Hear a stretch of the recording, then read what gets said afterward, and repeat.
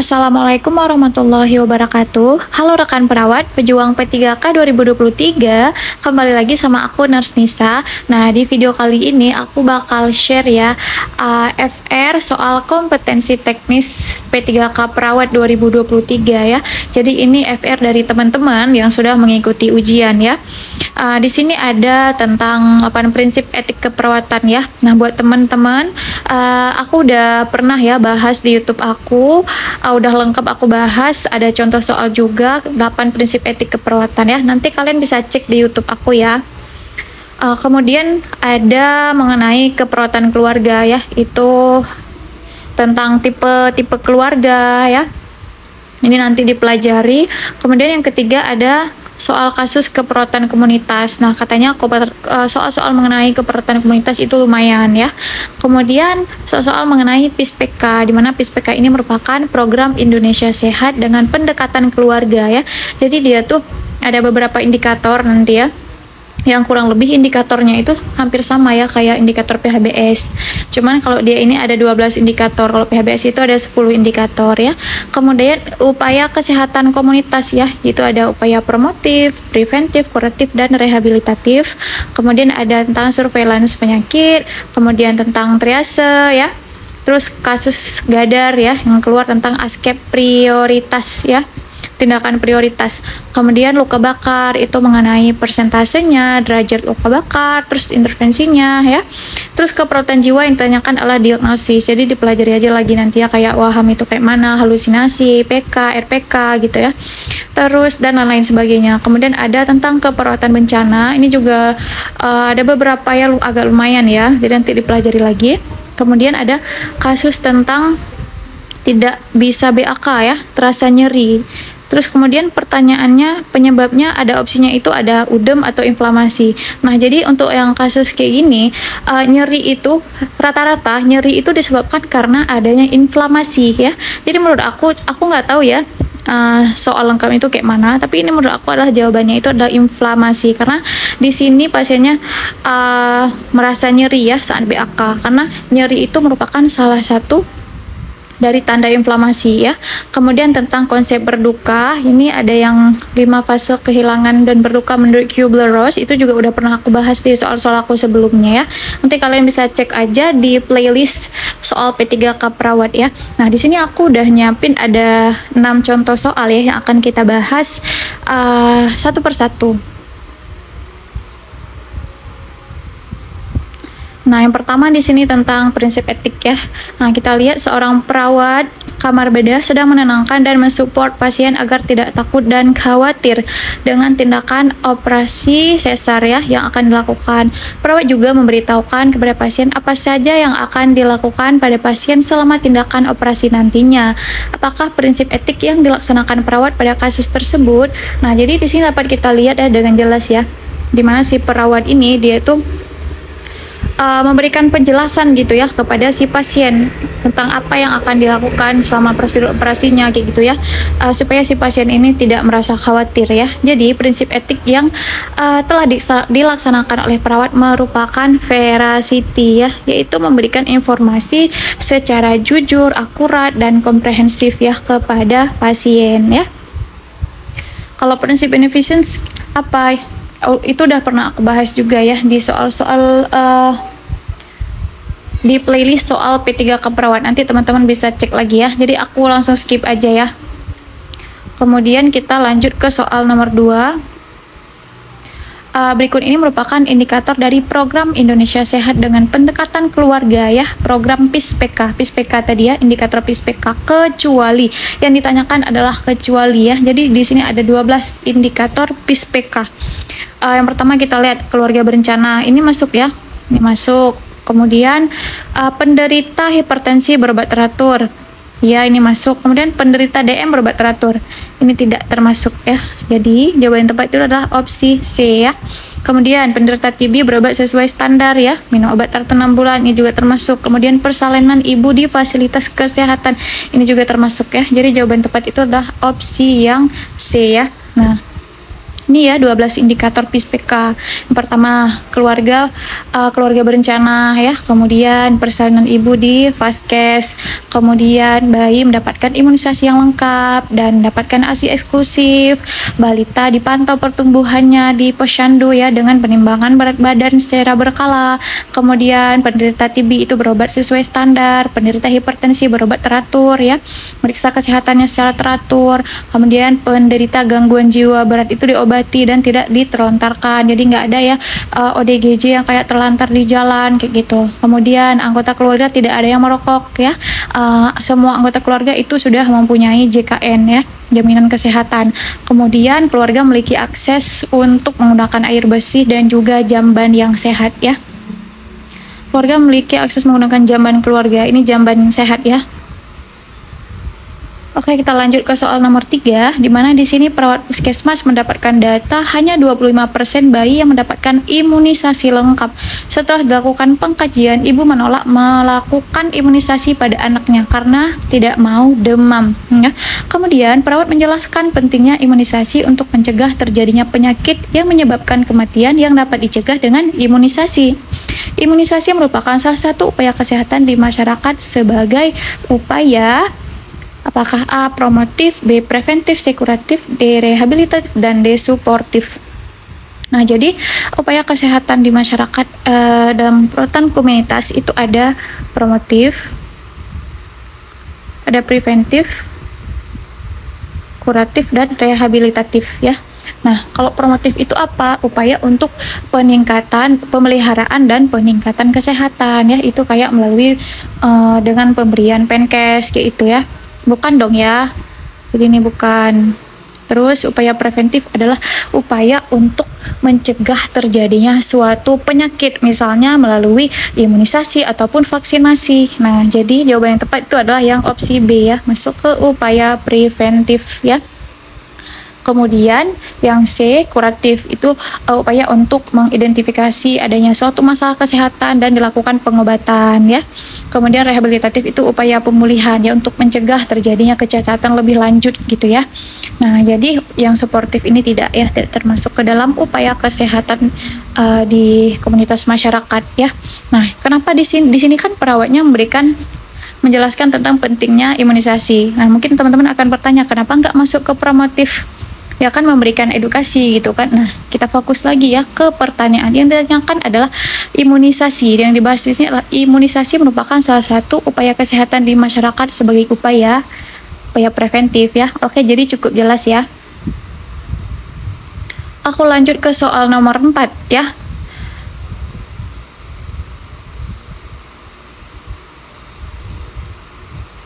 Seorang laki-laki berusia 49 tahun dibawa ke IGD dengan luka bakar pada perut dan lengan kiri bawah. Nah, jadi untuk soal kayak gini, kita langsung aja ya fokus ke pertanyaannya. Berapakah persentase luka bakar pasien tersebut? Kita lihat di sini di perut dan juga lengan kiri bawah. Nah, di mana untuk rumus luka bakar ini ya dia ya. Kalau di bagian dada untuk pasien dewasa maupun anak itu sama, yaitu 18% ya. Kemudian di kasus kan dia cuma kena bagian perut, jadi 9% ya. 9% ditambah tadi di lengan kiri bawah ya. Lengan kiri bawah. Untuk satu lengan, untuk bagian lengan itu kan 9%. Sedangkan yang di kasus kan lengan kiri bawah aja, berarti 9 bagi 2 adalah 4,5% ya. Kemudian kita jumlahkan 9 tambah 4, 13,5%. 5% ya. Nah, ini untuk persentase luka bakar berdasarkan 9 overall ini harus dihafal ya teman-teman. Jadi untuk dewasa dan anak itu yang beda hanya bagian kepala dan bagian kaki ya. Kalau bagian kepala dewasa itu 9%, untuk anak-anak itu 18%. Kalau kaki dewasa itu 18, anak-anak 13,5 ya. Kalau yang lain bagiannya sama ya. Oke, jadi kita kembali ke pertanyaan ini. Berarti jawaban yang tepat itu adalah yang opsi E ya, 13,5. Oke, kita lanjut ke soal selanjutnya. Nah, ini mengenai derajat luka bakar ya. Nah, jadi kita lihat di sini ini kasusnya hampir sama. Tapi ada beberapa data yang aku bedakan ya. Nah, dimana di sini kita lihat luka bakar pada perut dan kedua lengan. Pasien meringis, kesakitan, kulit tampak kemerahan ya. Nah, jadi derajat luka bakar yang dialami pasien tersebut adalah, jadi derajat luka bakar itu ada 3 dia ya, derajat 1, derajat 2, derajat 3 ya. Jadi nggak ada derajat 4 atau derajat 5. Nah, jadi untuk derajat 1 itu luka bakarnya itu masih sebatas pada epidermis ya, lapisan terluar kulit ya. Dimana untuk gejalanya itu yang akan, untuk tanda-tandanya itu akan terlihat seperti kulit memerah aja gitu ya. Jadi nggak ada kayak data-data kulit mengelupas ataupun adanya bula kayak gitu ya. Nah, jadi ini sesuai ya dengan kasus yang nomor 4. Jadi jawaban tepat itulah yang opsi A ya. Derajat 1, opsi A bukan opsi B. Kemudian kalau derajat 2 itu kayak mana? Itu luka bakarnya itu udah mengenai bagian epidermis dan juga lapisan dermis kulit ya. Jadi udah ada bula gitu ya. Bulanya itu yang kayak berisi gelembung yang berisi cairan gitu ya. Kemudian bisa akan juga ada kulit yang mengelupas gitu ya. Itu udah masuk ke derajat 2 ya. Kemudian kalau derajat 3 kayak mana? Itu udah masuk ke jaringan-jaringan otot maupun jaringan-jaringan lemak ya. Itu udah masuk ke derajat 3. Jadi ini ya untuk pembahasannya. Untuk derajat 1 dia masih disebut dengan superficial burn ya. Jadi sebatas pada epidermis aja. Kemudian yang ke derajat 2 udah masuk ke superficial partial thickness ya. Partial sebagian ya. Jadi udah masuk ke epidermis dan dermis. Kemudian ke derajat 3 itu full thickness ya, full udah semua gitu ya. Udah masuk ke semua jaringan kulit sampai ke lapisan lemaknya. Oke, udah cukup clear ya. Aku lanjut ke soal nomor 5. Nah, ini yang ditanyakan adalah diagnosis keperawatan ya. Dimana seorang kita langsung lanjut aja langsung ke data intinya aja. Luka bakar ya pada perut dan kedua lengan bawah. Kemudian kulit tampak kemerahan, terlihat adanya bula dan beberapa kulit mengelupas ya. Tekanan darahnya 160/100, nadi 79, napas 22, suhu 36,9, saturasi 97. Jadi masalah keperawatan utama ya yang ditanyakan pada kasus ini. Jawaban tepat adalah apakah A. nyeri, hipovolemia, gangguan integritas jaringan, risiko infeksi, E. gangguan integritas kulit. Ini E-nya double ya, sorry ya guys. Jadi berdasarkan data-data yang kita dapatkan pada kasus ini, luka bakar pada bagian perut dan kedua lengan ya. Kemudian kulit tampak kemerahan, adanya bula, dan juga beberapa kulit mengelupas ya. Jadi jawaban yang tepat itu adalah gangguan integritas kulit ya. Kenapa bukan nyeri? Karena untuk menegakkan diagnosis nyeri kita nggak cukup datanya. Di sini data cuma pasien meringis aja, nggak ada skala nyeri gitu ya. Jadi ini nggak cukup. Kemudian hipovolemia nggak bisa juga kita angkat. Kapan kita angkat diagnosis hipovolemia? Itu ketika sudah ada data-data yang menunjukkan pasien itu mengalami dehidrasi ya, kayak mukosa bibir kering, terus turgor kulit kembali lama, CRT-nya lambat gitu ya. Sedangkan di sini tuh nggak ada data-datanya ya. Kemudian gangguan integritas jaringan. Nah, jadi untuk gangguan integritas itu ada 2, kulit dan jaringan ya. Kalau gangguan integritas kulit seperti yang pada kasus ini, dia tuh hanya terbatas pada lapisan epidermis dan lapisan dermis aja ya. Sedangkan kalau gangguan integritas jaringan itu kerusakan yang dialami itu udah sampai ke jaringan ya, udah sampai ke otot-otot ataupun lapisan-lapisan lemak ya. Misalnya pada derajat luka bakar 1 dan 2 itu diagnosis keperawatannya itu gangguan integritas kulit. Sedangkan derajat luka bakar yang 3 itu udah masuk ke gangguan integritas jaringan ya. Kemudian risiko infeksi ini juga merupakan salah satu diagnosis keperawatannya, tapi bukan diagnosis keperawatan utama ya. Oke, cukup jelas ya. Nah, ini ya pembahasannya tadi. Nah, kemudian soal yang ke-6 ya. Nah, di sini merupakan seorang laki-laki berusia 18 tahun dibawa ke IGD dengan pos KLL ya, tidak sadarkan diri, GCS 8. Terdapat luka lecet di bagian pelipis kanan, pipi kiri, hematom pada bagian belakang kepala dan kelopak mata sebelah kiri dan mengalami deformitas pada tangan kiri dengan pendarahan aktif. Tampak adanya darah dari hidung dan mulut pasien ya.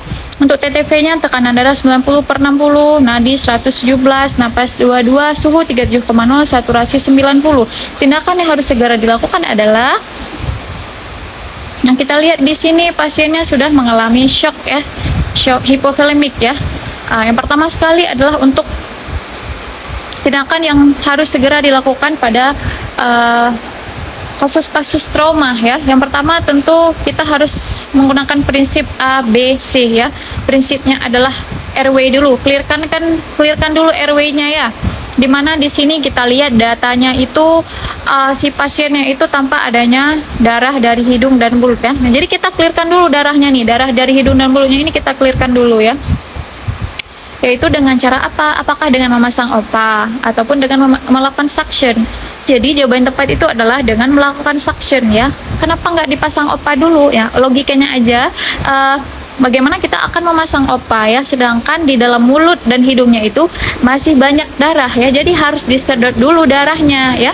Nah, kemudian kenapa nggak dimiringkan aja pasiennya? Nah, ini kan pasien dengan multiple trauma ya, yang dimana ada tanda-tanda kayak raccoon eyes dia ya di sini ya. Kemudian yang akan dicurigai adanya fraktur servikal ya. Jadi kita harus hati-hati, tidak boleh untuk memiringkan atau mengubah posisi pasien secara sembarangan gitu ya.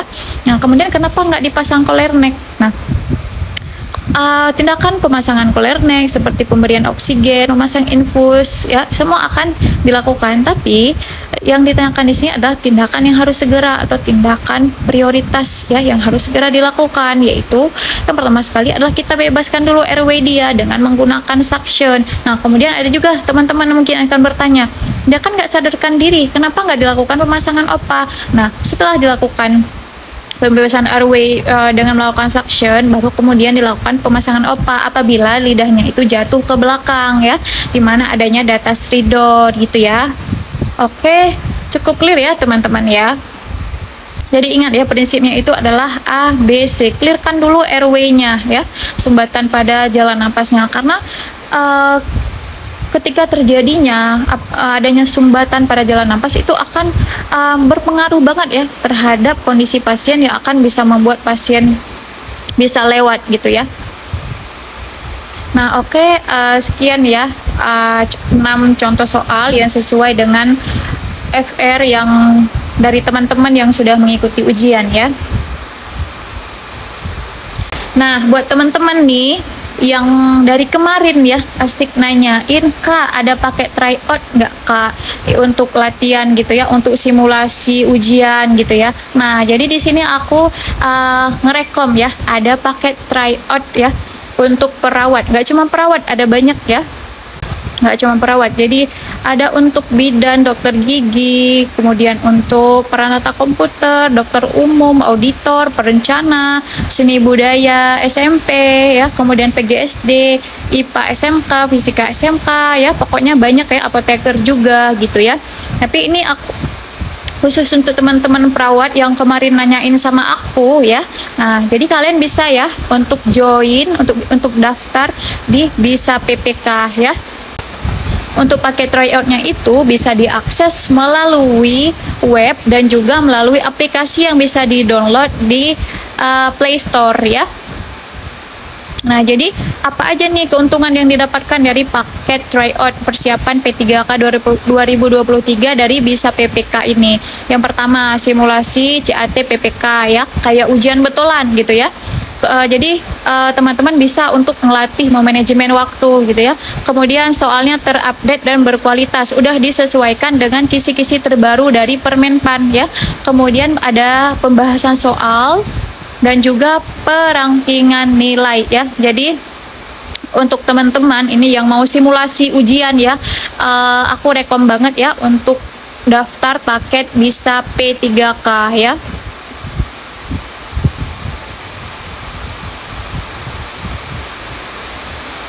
Untuk harga normal itu, harganya itu 119.000 ya. Jadi teman-teman bisa pakai voucher ya. Vouchernya itu voucher Bisa promo, jadi harganya itu hanya 99.000 ya. Buat teman-teman yang mau daftar, nanti aku cantumin linknya ya. Kalian bisa daftar melalui link yang aku cantumin nanti di deskripsi video aku ya.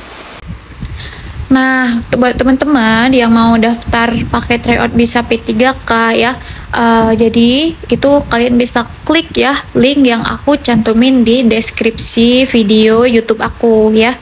Nah, jadi dia tuh bisa diakses melalui web ataupun melalui aplikasi yang di-download di Google Play ya. Nah, misalnya di sini aku coba pakai web ya. Nah, di sini buat teman-teman yang belum punya akun harus buat akun dulu ya. Kalau udah buat akun nanti baru login ya. Nah, kebetulan di sini aku udah buat akun, jadi aku langsung login. Nah, ini seperti ini.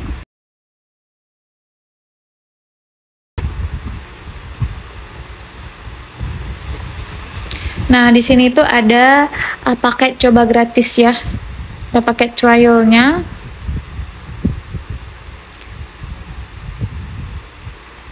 Nah, di sini ada paket trial ya yang bisa dicoba.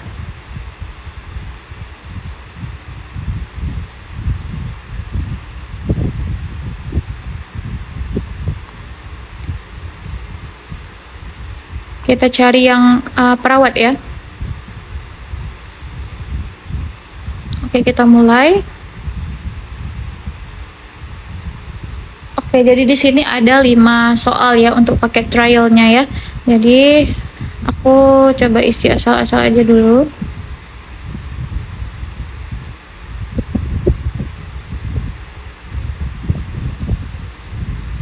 Nomor 1, kemudian lanjut ke nomor 2. Aku isi asal-asal aja dulu.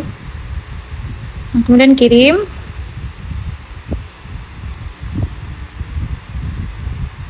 Kemudian teman-teman bisa lihat hasil pengerjaannya ya.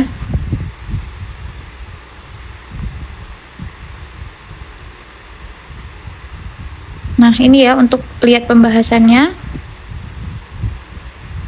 Nah, jadi paket tryout-nya ini udah lengkap dengan pembahasan ya. Nah, jadi ini udah ada statistik juga untuk jumlah soal yang benar ya, jumlah soal yang salah, jumlah soal yang tidak terjawab ya.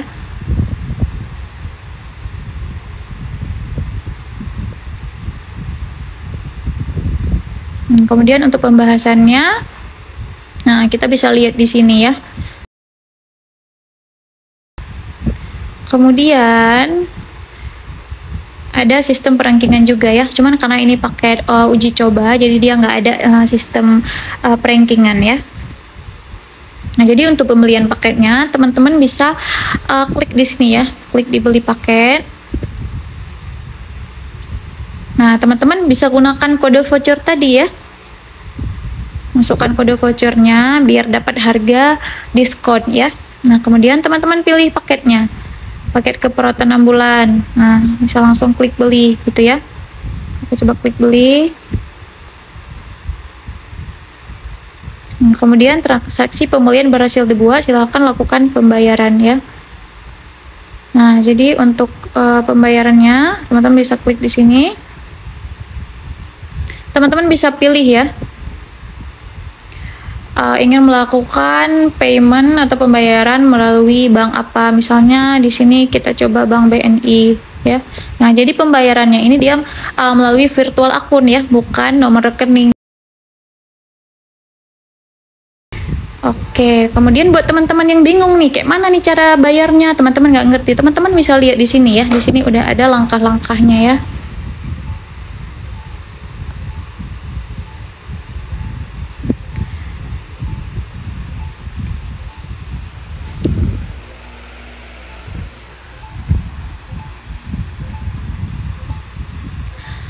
Jadi buat teman-teman yang masih bingung, teman-teman bisa chat WA yang ada di deskripsi video YouTube aku ya.